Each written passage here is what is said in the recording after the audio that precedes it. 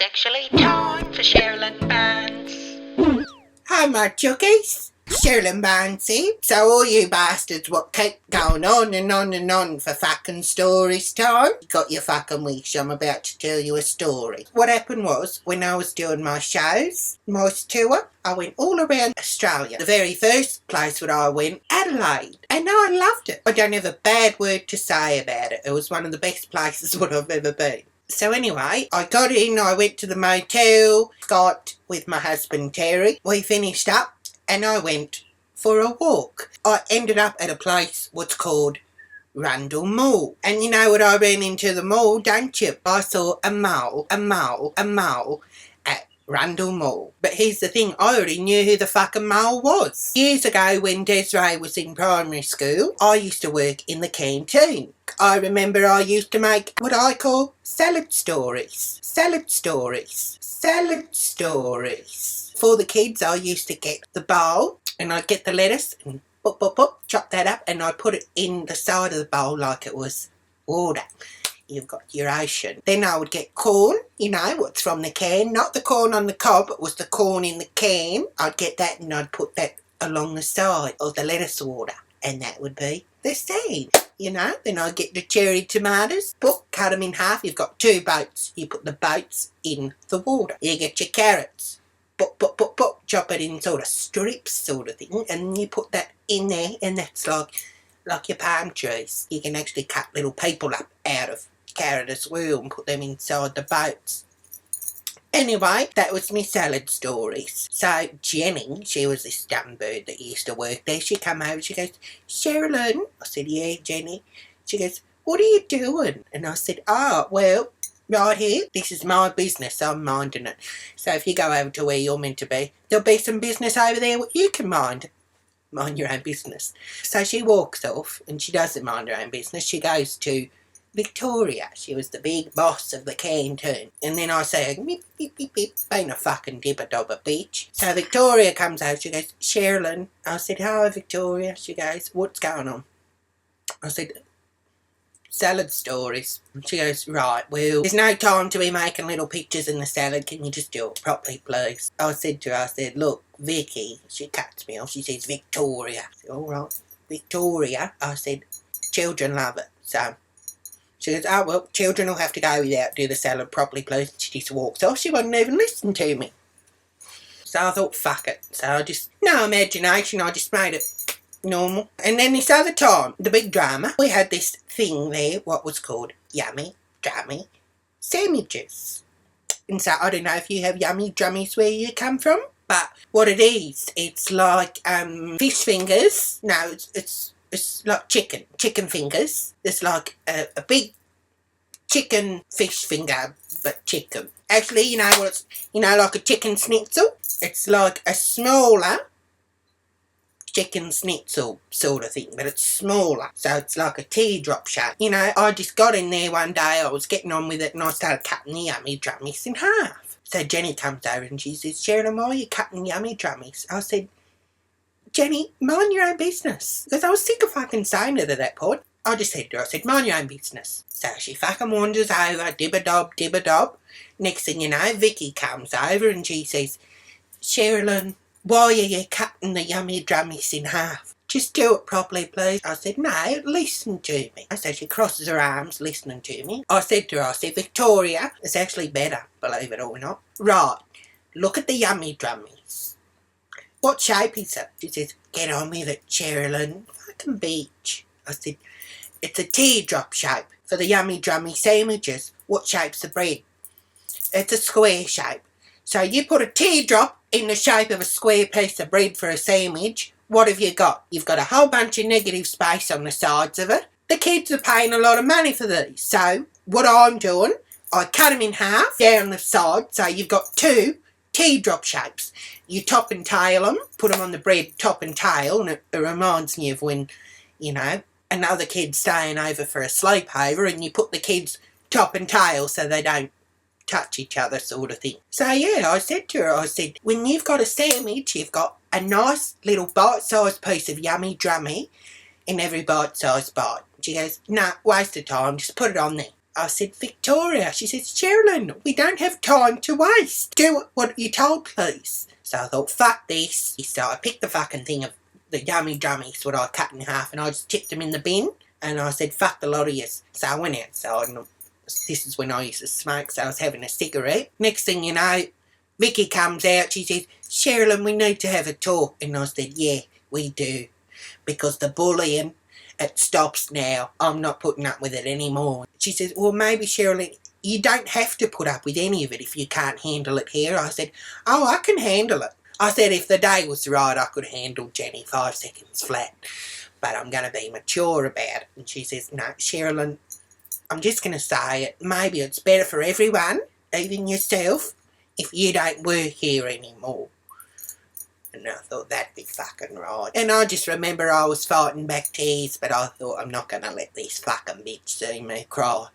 Fuck that. So I just said, right, I got the message, Victoria. Good luck with your canteen. So I picked my handbag up and I started walking out, and I saw they were staring at me through the window. So I start walking up through the car park and I hear fucking cheering back down to the canteen. So I walked out and I slammed the screen door open and I walked in and I said, having a party, girls. You're having a big party because the Wicked Witch flew off on a broomstick, you know, because back then I wasn't even into witchcraft. And Jenny says, what? And I said, yeah, I heard you're having a big laugh. She goes, oh no, Victoria said something funny. It was a joke what we were laughing. I said, bullshit. And I said, well, anyway, if you're partying and carrying on, there mustn't be a lot of work to do, so I'll give you some work to do. As I was walking out, near the front of the counter where they serve the kids, is the lollies. And so you could get to the lollies quickly. There was no lids on the big tubs. So I picked them up and I hocked a golly and I just spat it right in.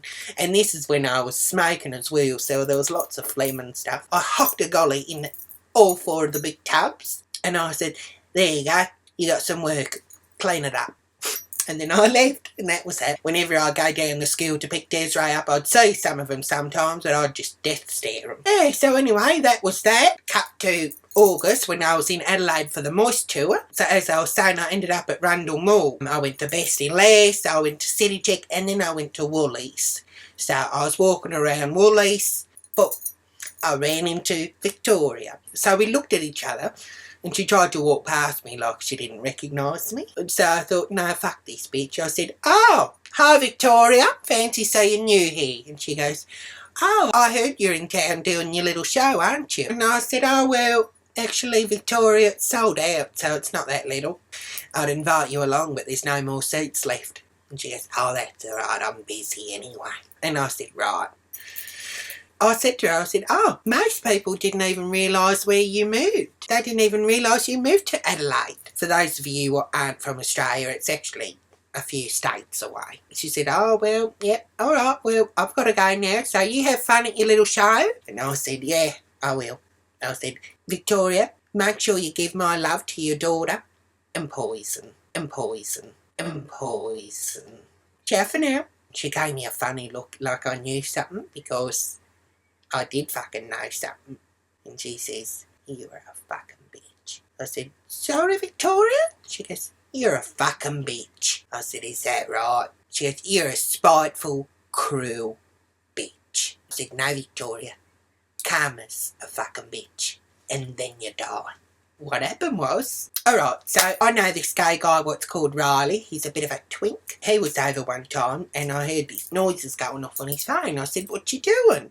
He goes, oh, I'm playing Scruff. And it's this app what's on his phone where all the gay guys, they can talk to each other on it. And, you know, they figure out if they're going to go and have sex, if they're going to go to his place, if they're going to go to someone else's place.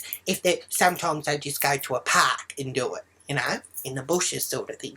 But anyway, the noises are going off. He goes, get a load of this, would you? So he's reading it out. He's like, he's a daddy. He's into fucking piss pigs, golden showers, leather, fisting. I had to have all this stuff explained to me. You know, if you don't know what it is, go and Google it, but make sure you don't have a full stomach or you'll regret it. So anyway, he says his name's Poison. And so I had a look at the phone. Do you know who it was? Victoria's husband. So I gave Riley the name of Victoria's daughter, and I said, send her a screenshot and send him screenshots of everything what he's been sending to you. You know, he's talking all this filth to Riley, and he's sending all these pictures where he's got things on his nipples and pegs on his bits. So Riley sent it to the daughter, and then the next day, Riley's been blocked. Cut to a few weeks later, Victoria and the daughter's done a runner to Adelaide. They just fucking left town. They've broken up, the marriage has been ruined. Victoria's got the shits with me when I ran into her in Adelaide. She goes, we were so happy to see the back of you that day. And I said to her, I fucking bet you were. You were so jealous at how creative I was at doing all the fucking stuff with salad stories. She goes, we didn't get rid of you because of salad stories, Cherylyn. We got rid of you because you fucking smell. I said, fucking bullshit. She goes, we would be cheering when you come in after having a cigarette because the tobacco would mask the scent of your filth, you know, pointing at me fanny, you know, because I did the mistake of telling Jackie that I had an infection, you know, what girls are like, big mouths. Anyway, I cleaned that all up anyway, and I said, yeah, well, filth or not, Victoria, at least my husband still wants to put it in me. Oh my God, that fucking pissed her off. She grabs her trolley and her knuckles were going white, and then she just slammed the basket into the shelf of the aisle. You know, she picks up this half-drinking cup of coffee off the shelf, what someone left there. You know, it was cold. She fucking throws it at me, and luckily it just bounced off me and rolled over onto the floor. And then she starts walking off, and I start singing, "Gay guys, gay guys." You know, my single from a few years ago. It was very popular, everyone loved it. It said, "Poison is gay guys." Then she fucking turned around and she starts sprinting at me, and I thought, fuck me, Dad, what have I done? How do I always get myself into this? As she gets near me, she slips in the fucking coffee what she chucked at me. So she's down on the floor, and I thought, right, this is my chance. Grabbed her by the throat and held her down to the floor because I wasn't going to hit her. It wouldn't be fair because, you know, I've got some size in her and she was a fucking skinny, putrid rat of a thing. I looked down the end of the aisle, and here's the big security man with the walkie-talkie staring at us, and I thought, right. So I just grabbed the bottom of Victoria's jumper and I pulled it over her head, and then I got me bag and I fucked off. I just legged it out of there. I was practically running. I looked back and the security guard was sort of walking after her, and I just ran, and that was that. And so I just played it cool for the rest of my time in Adelaide because I had my show to do that night, but the next day I just got the fuck out of there. You know, I guess the moral of the story is, do not fuck with me. Because you fuck with me, you might find yourself in extreme measures where you have to evacuate to a ghost town like Adelaide. Because I'll fuck your life up so much in return that every time you look at a fucking yummy drummy, you'll remember that Cherylyn Barnes fucked your life up. I don't fuck around. I reckon Victoria will think twice now before she starts bullying people in the canteen. So anyway, yeah, that was that. I did all my shows. Everyone loved it. You can actually add me on my Facebook site, www.facebook.com/Cherylyn Barnes, AU for Australia. You can actually add my Twit site, Cherylyn Barnes, hashtag yummy drummy sandwiches, or another hashtag, salad stories. Make sure you add my Instagram site, @Cherylyn Barnes. Also my Snapchat site, Shez Barnes. Make sure you click subscribe so you can see the YouTubes what I've done before and all the other ones that will come out in the future days as well. And make sure you click the thing what notifies you when I do YouTubes. Alright, let's leave it at that. Pussy kiss. And ciao for now, my chookies.